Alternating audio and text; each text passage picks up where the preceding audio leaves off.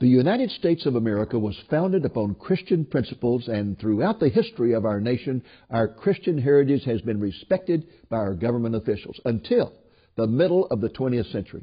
Since that time, Christianity has come under increasing attack from government officials at all levels, but particularly from those in our national government. To put this trend in perspective from the viewpoint of an expert on the subject, please stay tuned.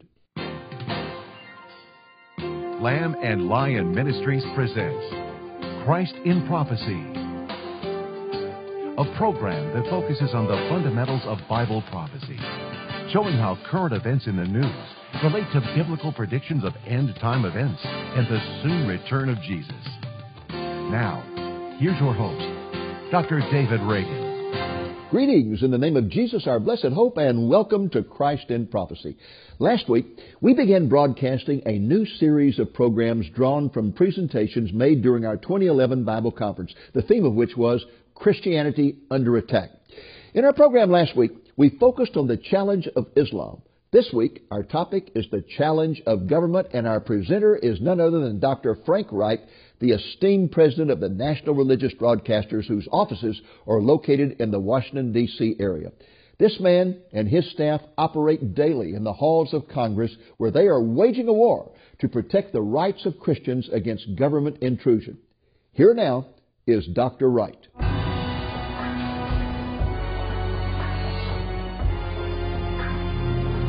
It's great to be here with you, to enjoy these cool North Texas breezes.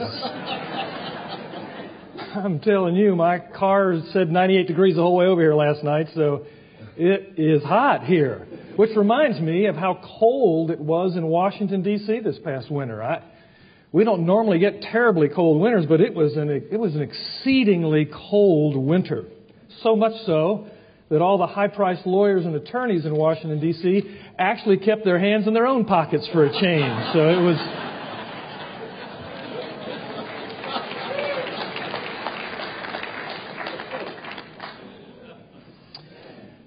I'm going to attempt to do something that I hope will be beneficial for all of us. It has been for me as I've considered this and studied this. I've not come to give you a report about what's going on in Washington, D.C. so much. I'll touch on a couple of legislative items at the end that I think bear on our ability to freely proclaim the gospel of Christ. But it was Winston Churchill who once said, the farther you look back, the farther forward you can see. In other words, history is prologue to what's coming next. And I believe that we live in a day when we must look back to clearly see what lies ahead, especially as it relates to the halls of the corridors of power, which in Washington, D.C. makes up the three branches of government, the executive branch, the president, the Congress, and the courts. And all three of those branches today are impinging dramatically on our religious freedoms. I think it's important that we look back because, in my opinion, the days ahead for us, and I'm no Jeremiah, I'm not here to deliver a Jeremiad, a wringing our hands in fear and trembling. I'm not of that camp. But I believe the days ahead are fraught with danger. And the greatest danger may be that if we sit on our hands and do nothing.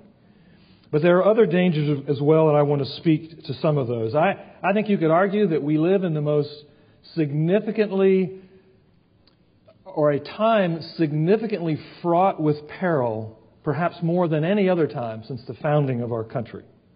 And yet with that danger, I think we see the seeds of opportunity as well.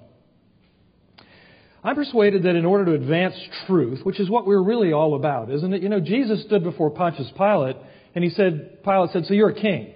And he said, for this reason was I born, and for this reason have I come into the world. What? Jesus is telling you the very reason he was born? The very reason he came into the world? What did he say? For this reason was I born, for this reason I came into the world, to testify to the truth. And the mission of Christian broadcasters, the mission of the Church of Jesus Christ, is to advance truth.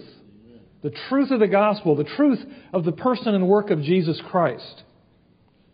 And I'm persuaded that in order to advance truth, we have to have a healthy respect and understanding for its foes. for those who oppose truth. As someone who I've known for many years in Washington, D.C. once said, it's good to read the Bible every day to know what God is thinking, and it's good to read the Washington Post just to get the opposing viewpoint. That's not really very charitable, is it, to our friends at the Washington Post? But the principle is a good one. We need to know how the opponents of truth respond to our message in order to do a better job of proclaiming our message. If we aim to proclaim truth, we must carefully study how our adversaries opponent. In my years of working on Capitol Hill, I've observed a standardized approach used by many who contend with us in the marketplace of ideas. It's a predictable methodology that I see unfold almost every day of the week. It's what I call the politics of opposition. The politics of opposition. In this 7-point framework that I'm going to give you, you will see the principal way that ideas are opposed in political, legal, legislative arenas, but also just in the marketplace of ideas, the very place that we're trying to advance the gospel of Christ. More than that, you'll see I think the principal way that truth is opposed in almost every forum you can imagine. I want to walk you through the 7 stages, quickly, through the 7 stages of the politics of opposition, and then I want to apply them to our battle to bring the gospel and the mind of Christ into the culture. That's what's needed, isn't it? To proclaim Christ, but also to bring the mind of Christ to the institutions of our culture. It was Abraham Kuyper who said that only Jesus can say there's not 1 inch of all creation that Christ cannot say, mine. It's all His. He is sovereign. He's sovereign over the church. He's sovereign over the culture. He's sovereign over government, business, law, education. All of it is submissive, or should be, and one day will be, to the sovereign reign of the King of Kings.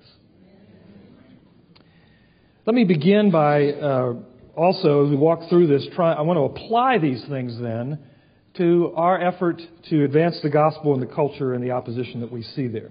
Now, I want you to keep in mind as I begin that I'm speaking primarily about a strategy, about a plan of opposition. It's not just some random thing that happens.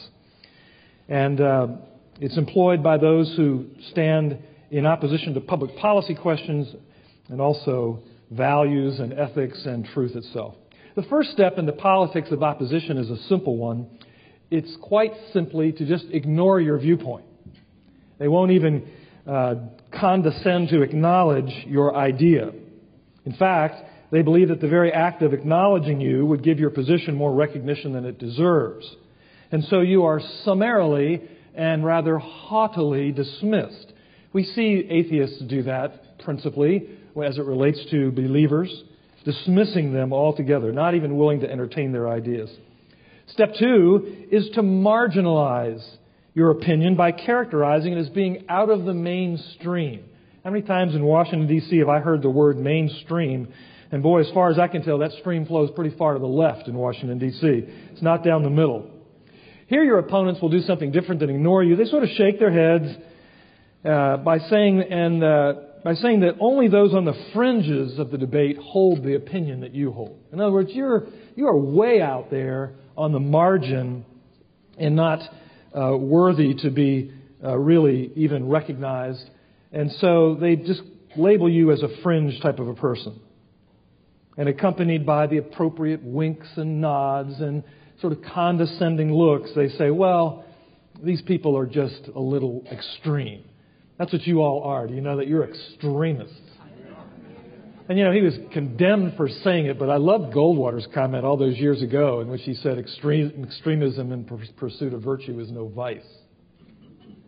Extremism in pursuit of truth is no vice. The third step in the politics of opposition is, having tried to ignore you, having tried to marginalize you, they will then attack the factual basis of your opinion. You got your facts all wrong.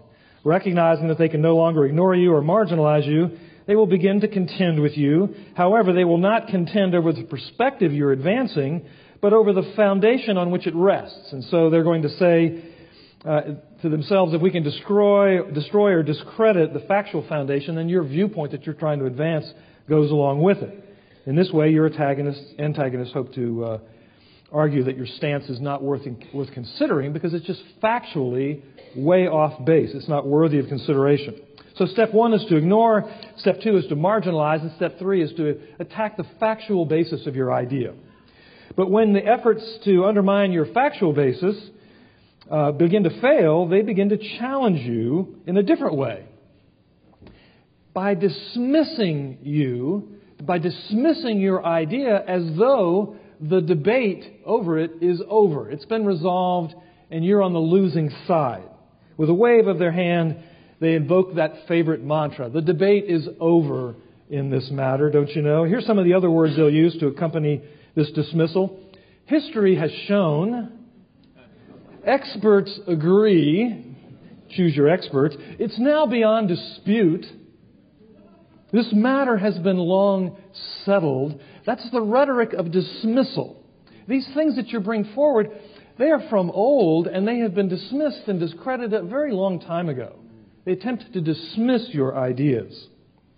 The not too subtle point being that you are a member of the Latter-day Flat Earth Society, and that your ideas are so out of touch and have long been discredited that we can ignore them.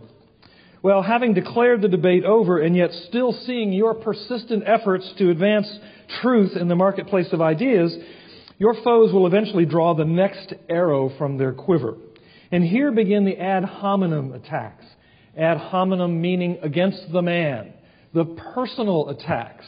You've brought your ideas forward. They've attempted to ignore them, to marginalize them, to attack the factual basis, to dismiss the ideas, the debate being over. Now they're coming after you. Now, these personal attacks are shaped like this initially. No serious person believes that. All reasonable people agree. Reputable experts are of the same opinion. You get the flavor of that. What they mean by that is you're not a person to be taken seriously. You're not a reasonable person. And in fact, you're a little disreputable. Well, we're all in that class, aren't we? In the class of the disreputable according to the eyes of the unbelieving world. By the way, these attacks generally begin with sort of a rhetorical flair, using the kind of phrases that I just used, but they quickly descend into rank name-calling. Casting aspersions on your character and your integrity, even pelting you with epithets. And so much for their greatest mantra, of course, is tolerance, but they have very little tolerance for us. Some of our other speakers here at this conference can testify in detail as to the mean-spirited nature of these attacks once they begin. And these attacks are all designed to accomplish one thing, to divert attention from your viewpoint to you. They realize they're losing ground on the idea you're advancing, and so they're trying to undermine your personal credibility. But then these ad hominem attacks are followed by something far more ominous, and I believe that's exactly where we are today. The next step in the politics of opposition is to restrict your ability to advance your viewpoint. So a dramatic example of this comes from the world of broadcasting. It's the so-called fairness doctrine, which I won't go into a lot of detail about it, except to say that the government in days past looked at the limited spectrum available for broadcast and said, we have a compelling government interest to ensure that every viewpoint is heard. And so the fairness doctrine is kind of an equal time requirement that if you advocated on a position of substantial public importance an idea that was deemed to be controversial, you had to make equal time available for an opposing viewpoint. That doctrine reigned in radio and television for 30 or 40 years, and it was repealed, but there have been repeated attempts to bring it back. And even though it's sort of struggling in our day because its opponents have been successful in labeling it a policy not worthy of support in light of our free speech protections, it still seems to rear its ugly head over and over again. By the way, I hope you can hear the two problems with the fairness doctrine. The first is, on matters of substantial public importance, and then if you bring a controversial viewpoint, who makes this determination as to which matters are of substantial public importance? The government. Who decides that your viewpoint is controversial? The government. And so you have the government so controlling the marketplace of ideas that your viewpoint is restricted because you have to give up half your time to make opposing viewpoints heard as well. Now, I will say that back in the day of limited spectrum, what the FCC calls spectrum scarcity, this might have been a reasonable public policy at one point. But today, with radio and television, satellite and wireless and cable, and all the means of distributing content electronically, you cannot argue that there is spectrum scarcity, nor can you argue that there's a viewpoint that's not being heard because of it. And so the fairness doctrine has been widely discredited, but you need to understand what it is at its essence. It's an effort to restrict your ability to proclaim the things that you believe are true. It's declaring Christianity to be controversial. And having made that declaration, who is not waiting in line from the ranks of Islam or Eastern mysticism or rank paganism to say, I have an opposing viewpoint, I'd like to bring my opposing viewpoint. And by the way, which doctrine of the Christian church is not controversial anyway? Might that be the deity of Jesus Christ? No, everybody agrees on that. Oh, wait a minute. No, they don't. How about the resurrection? How about the virgin birth? Pick any Christian doctrine you can think of, and someone's going to say, I find that to be controversial, and I demand equal time. So you see what they're trying to do is squelch you. It's an effort to restrict your ability, to constrain your ability to speak truth into the marketplace of ideas. And finally, in our 7 steps into politics of opposition, efforts to constrain your freedom to express your ideas are followed closely by an aggressive effort to legally prohibit them. And that is what stands immediately in front of us in our generation. Here, the force of law is applied to stop you and give warning to others who might be of like mind to you. And the recently enacted hate crimes legislation is the very tool that they will use to accomplish that end. I'll talk about that a little bit more. So let me recapitulate here, if I might. The 7 steps into politics of opposition are: first, you are ignored; then you are marginalized; then the veracity of your arguments, the factual basis, is challenged; then you are attacked personally, not your veracity, but your integrity; then you are restricted in your ability to advance your ideas; then you are prohibited from promoting the ideas you hold as truth. You are watching Dr. Frank Wright, President of the National Religious Broadcasters. He is speaking on the challenge that our national government presents to Christianity today. He's been talking about how government attempts to marginalize those with whom it disagrees.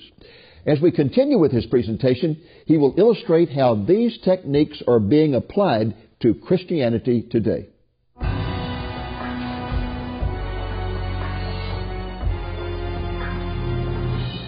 Well, what lessons can we learn from this system of opposition that I've seen over and over again 1,000 times?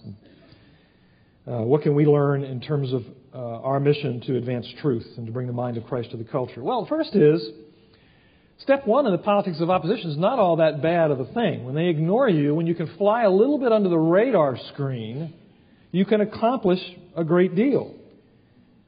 When you are engaged in cultural reformation, in fact, it may not be a great idea to hold up a flag and wave it in front of your enemy and tell him what you're doing. It might be a good idea to go about the business of proclaiming truth and attempting to transform the culture without so much fanfare.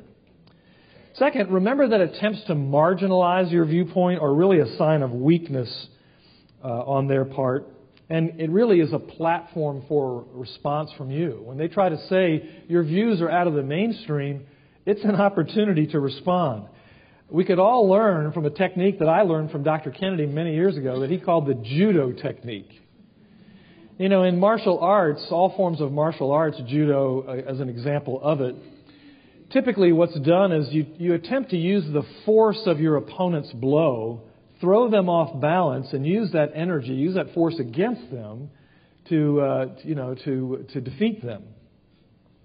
And Dr. Kennedy used to talk about using the judo technique using the force of your opponent's blow and turning it against them. So when he said, when someone attempts to assign you to the fringes of the debate, you respond by saying, I'm glad you said that. My viewpoint is not widely held, because that reveals to me you don't even understand the foundation of what I'm trying to say. Let me stop for a moment and explain to you what our viewpoint really is, and then you might be able to make a decision about whether you want to oppose it or not. So because when someone comes at you and says your viewpoint is fringe, what is the motivation that's driving them? It's their pride. It's their pride, and they act condescendingly as though they understand Christian truth, in which they don't. And so you can turn that against them and make your case as persuasively as possible, having disarmed your opponent. In this way, what is essentially, let's be honest with it, when you try to dismiss somebody as being on the fringe of an argument, that's nothing more than a high school debate team tactic. It's easily overcome as long as you can forcefully proclaim truth. Third, let me say, remember that the attacks against the factual basis of your viewpoint are also an opportunity to speak truth, and to speak truth to a culture that doesn't believe in truth. I want you to miss this point. The culture out there today says we don't believe in truth. We don't believe truth even exists. But when you argue for the factual basis of what you believe, and they say that factual basis is false, in the world of logic, they're arguing that yours is false, something else is true. They're arguing that they do, in fact, believe in truth. So they're really undermining their own position when they do that. But the very argument that your viewpoint is not true, therefore, presupposes another viewpoint that is.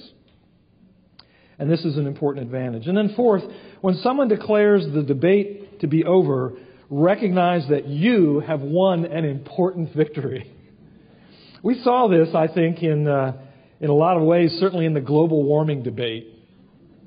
When Al Gore stood up and said, listen, the debate is over, you knew for sure it was not over. When anybody says the debate is over, you can be sure that it's not. It means that they are trying to get away from the strength of your argumentation and trying to declare it something, beyond debate. And then fifth, we need to recognize that the onset of ad hominem attacks is the first sign that the opposition has become fearful of the strength of your arguments. When they begin to attack you, it's a sign that they recognize the strength of your argument and are becoming somewhat desperate in their efforts to restrict it. This is a signal that they're fearful of your ideas, and they must strike at your personal credibility in order to undermine it.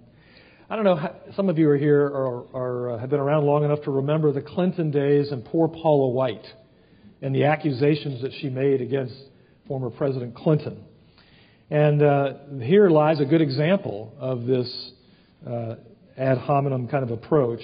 It wasn't until Paula White's assertions became more credible and could no longer be ignored that the ad hominem attacks began, that the Clinton, what they used to call the Clinton attack machine, went into action. And it was then that James Carville went on national television and essentially called Paula White trailer park trash. Shameful, but reflective of the fact that they couldn't argue against the facts any longer and had to attack this poor woman who was standing against the most powerful man in the world. 6, we need to recognize that attempts to even restrict the prohibition to advance your ideas signal the onset of full combat. The onset of full combat. I want to come back to that because we can't just deal with all this intellectually. We are now at the place where all of these things are going to demand from the people of God a response. And when the attacks shift from the ad hominem to efforts to restrict to efforts to prohibit, we're engaged in a great battle, not just to defend our ideas, but to defend our very liberties, to defend the First Amendment, which guarantees us the right to free speech and the free exercise of our religion. It wasn't too many years ago that there was a Weather Channel commentator, her name was Heidi Cullen, who argued that meteorologists who don't agree with the global warming consensus should have their credentials revoked. That's what I call prohibiting the expression of your ideas. You're a meteorologist, you spent, who knows how many years, probably 10, 12 years in school studying all this to earn a doctorate in meteorology. And then she comes along and says, if you don't accept the global warming consensus, your credentials should be completely revoked. She's not dealing with the ideas or the facts surrounding the ideas. She's just trying to take you out. Here is a signal that the significant damage being done by your stance is viewed by the other side as something that must be contained. It must be prohibited. I hope you can also see how the politics of opposition has been used against the gospel of Jesus Christ throughout the ages. It fits perfectly. Initially, the gospel was ignored, and yet it spread inexorably. Attempts were made by religious and political leaders to marginalize the gospel by declaring it a small splinter sect of misguided people whose views that no reasonable person held. Same thing, marginalizing. They attacked the factual basis of the gospel from the very afternoon of the day that Jesus rose from the dead. He didn't rise from the dead. They stole His body. The Bible's not true. It's full of errors.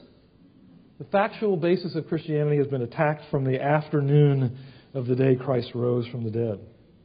And after centuries of argumentation during which the gospel encircled the globe, skeptics of the last century also attempted to declare the debate is over. How'd they do that? God's dead. Hey, God's dead. Did you all get the message? The debate's over. God is dead. Christianity is a falsehood based on false premises.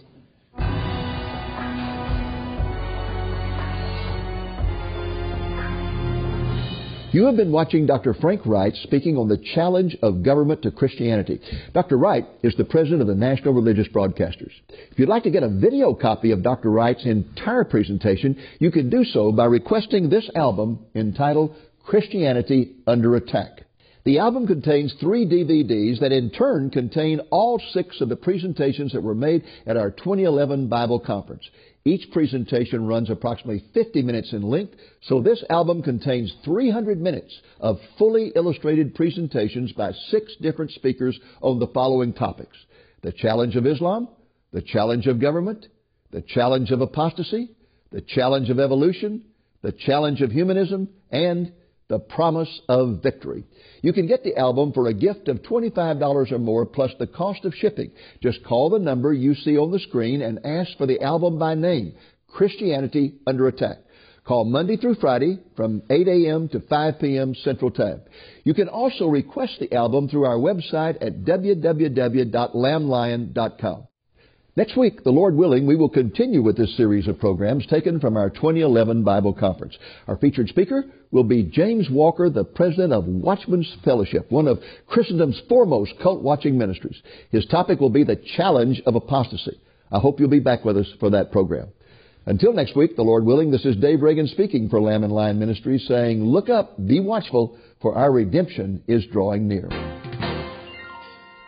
Thank you for joining us on today's Christ in Prophecy, a presentation of Lamb and Lion Ministry, a non-denominational ministry dedicated to teaching the fundamentals of biblical prophecy and proclaiming the soon return of Jesus.